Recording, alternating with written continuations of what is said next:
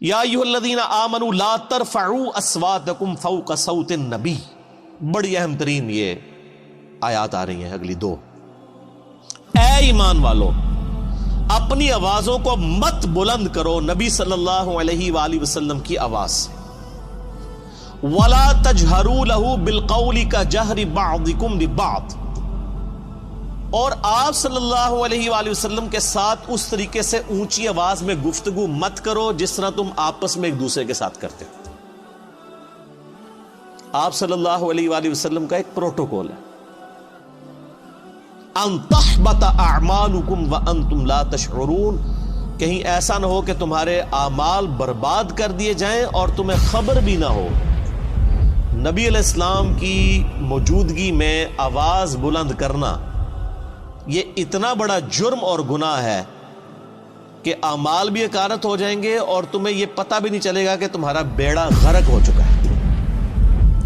اور یہ آیت آپ کو پتہ ہے کن لوگوں کے بارے میں نازل ہوئی ہیں جو اس امت کے سب سے بہترین لوگ ہیں؟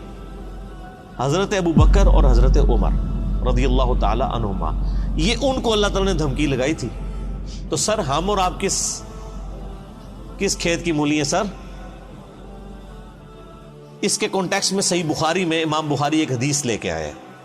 اسی چیپٹر کی انہوں نے ہیڈنگ بنائی ہے کتاب التفسیر چیپٹر میں صحیح بخاری میں، اور ایک حدیث لے کے آئے ہیں. اور حدیث کے الفاظ ہی بہت رقت انگیز ہے. عبداللہ ابن ابی ملیکہ تابعی کہتے ہیں قریب تھا کہ اس مخلوق کے دو بہترین افراد تباہ و برباد ہو جاتے، یعنی ابو بکر اور عمر. وہ تباہی کے دہانے پر پہنچ گئے تھے جب انہوں نے رسول اللہ کے حضور آپس میں گفتگو کرتے ہوئے اپنی آوازوں کو بلند کیا. رسول اللہ کے ساتھ بدتمیزی نہیں کی سر، پوائنٹ ٹو بی نوٹڈ. آپس میں گفتگو کر رہے تھے نبی علیہ السلام کی موجودگی میں. اور پھر امام بخاری نقل کیا کہ بنو تمیم کا ایک وفد آیا تھا. تو نبی علیہ السلام کی عادت تھی جب بھی کوئی قبیلہ اسلام قبول کرتا تھا نا تو اس قبیلے کا کوئی نہ کوئی امیر مقرر کر دیتے تھے تاکہ بعد میں کمیونیکیشن صرف امیر کے ساتھ، قبیلے کے سردار کے ساتھ ہو. تو حضرت عمر کا مشورہ تھا کہ ایک شخص تھا اقرا، اس کو امیر مقرر کیا. تو حضرت ابو بکر نے کہا کہ نہیں، یہ شخص اتنا مناسب نہیں ہے. یہ جو دوسرا شخص ہے نا قعقاع بن عمرو التمیمی، یہ بہت بہادر تھا جس کے بارے میں حضرت ابو بکر کہا کرتے تھے نا یہ 1000 بندوں پہ بھاری ہے. اسی کو خالد بن ولید کے ساتھ جنگ یرموک کے لیے بھیجا تھا اور قادسیہ کے لیے بھی بعد میں. قعقاع بن عمرو التمیمی. تو حضرت ابو بکر کا مشورہ تھا قعقاع کو جو ہے نا یہ امیر مقرر کیا جائے. تو حضرت عمر نے کہا کہ ابو بکر آپ ہر مسئلے میں نا یعنی میرے ساتھ اختلاف کرتے ہیں، میرا مشورہ جو ہے زیادہ مناسب ہے. بس آپس میں تلخ کلامی ہو گئی. نبی علیہ السلام بیٹھے ہوئے تھے، آیات نازل ہو گئی کہ نبی کی موجودگی میں آواز بھی بلند کی نا تو بیڑا غرق ہو جائے گا. اچھا حضور کے ساتھ کوئی بدتمیزی نہیں کی آپ کی موجودگی میں. یہ آیات نازل ہوئیں تو اس حدیث کے الفاظ ہیں کہ حضرت عبداللہ ابن زبیر کہتے ہیں یہ آیات جب نازل ہوئیں تو حضرت ابو بکر، حضرت عمر جو ہے نا یہ تو نبی علیہ السلام کے سامنے اتنی پست آواز میں بولنا شروع کر دیا کہ آپ کو آواز سنائی بھی نہیں دیتی تھی. سرگوشی میں بات کرنی شروع کر دی. ڈر گئے، سارے ایمان والے ڈر جاتے ہیں نا. حضور کے ساتھ جب بات کرتے تھے تو سرگوشی میں، اور حضور صلی اللہ علیہ وسلم کہتے تھے اونچا بولو مجھے سمجھ نہیں آ رہی. یہ بخاری کے الفاظ ہیں. اتنا ڈر گئے. تو اگر نبی علیہ السلام کی موجودگی میں آواز بلند کرنے سے ابو بکر اور عمر کے اعمال برباد ہو جائیں تو نبی علیہ السلام جس بات کا حکم فرما دے اس حکم کی کو مخالفت کر دے اس کا بیڑا غرق نہیں ہوگا.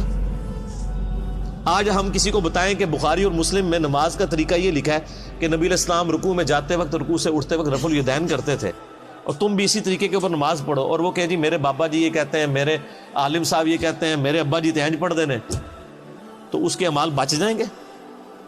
اگر نبی علیہ السلام کی موجودگی میں آپس میں گفتگو میں آواز بلند کرنا تباہ و برباد کر دے گا اعمال کو، اور نبی علیہ السلام جس بات کا حکم دے رہے ہیں اس سے مخالفت کرنا اس سے 1 کروڑ گنا بڑا جرم.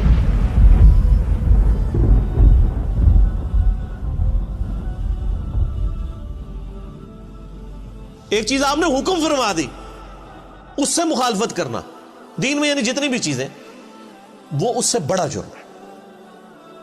اس کے اندر امپلائڈ ہے یہ چیز.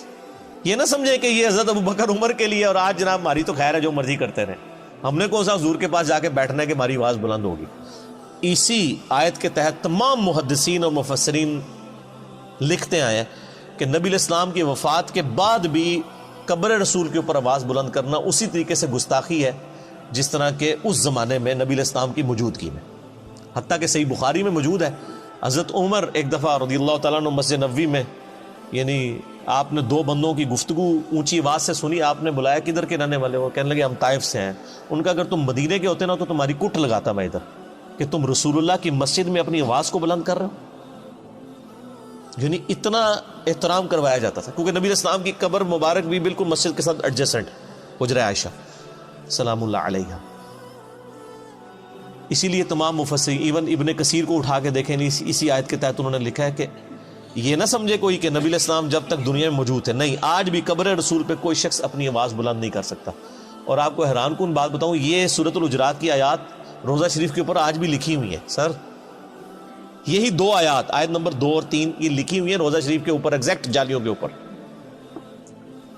جب حضرت ابو بکر عمر نے نبی علیہ السلام کے بارے میں اتنی احتیاط شروع کر دی نا, تو پھر اگلی آیات بھی نازل ہو گئی. ان الذین یغضون اصواتهم عند رسول اللہ, بے شک وہ لوگ جو اپنی آوازوں کو دھیما رکھتے ہیں رسول اللہ کی بارگاہ میں. اولئک الذین امتحن اللہ قلوبهم للتقوی, یہی وہ لوگ ہیں جن کے دلوں کو اللہ نے پرہیزگاری کے لیے چن لیا ہے.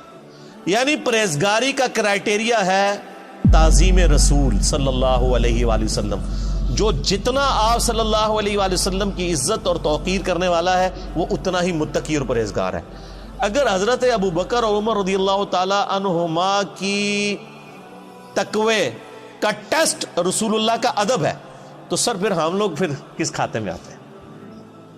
اور یہ جو کچھ آج ہو رہا ہے کہ ہم لوگوں کو کتاب و سنت سے تعلیمات بتاتے ہیں اور لوگ اپنے بابوں کے شعر پڑھنا شروع کر دیتے ہیں, بابوں کی کتابیں لے کے آ جاتے ہیں. یہ کیا گستاخان رسول نہیں ہے؟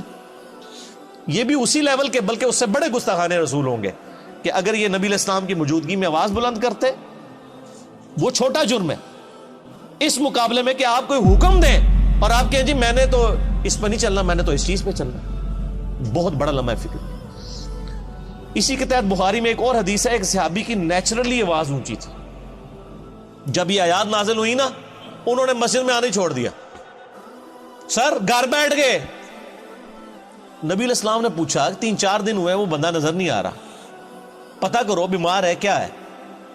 پتہ کرنے گئے تو انہوں نے کہا جی میرے قرآن میں تو آیات نازل ہو گئی کہ جس کی آواز بھی بلند ہوئی تو مارا گیا, تو میری تو آواز ویسے ہی اونچی ہے, تو میں تو پھر وہاں پہ گیا تو میرا تو بیڑا غرق ہو جائے گا.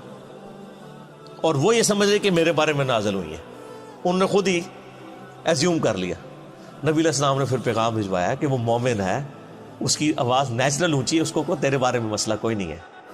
یعنی ان کی نیچرل آواز تھی تو ان کو بینیفٹ آف ڈاؤٹ دیا گیا, یہ اونچا بولتے ہیں وہ علیحدہ معاملہ ہے.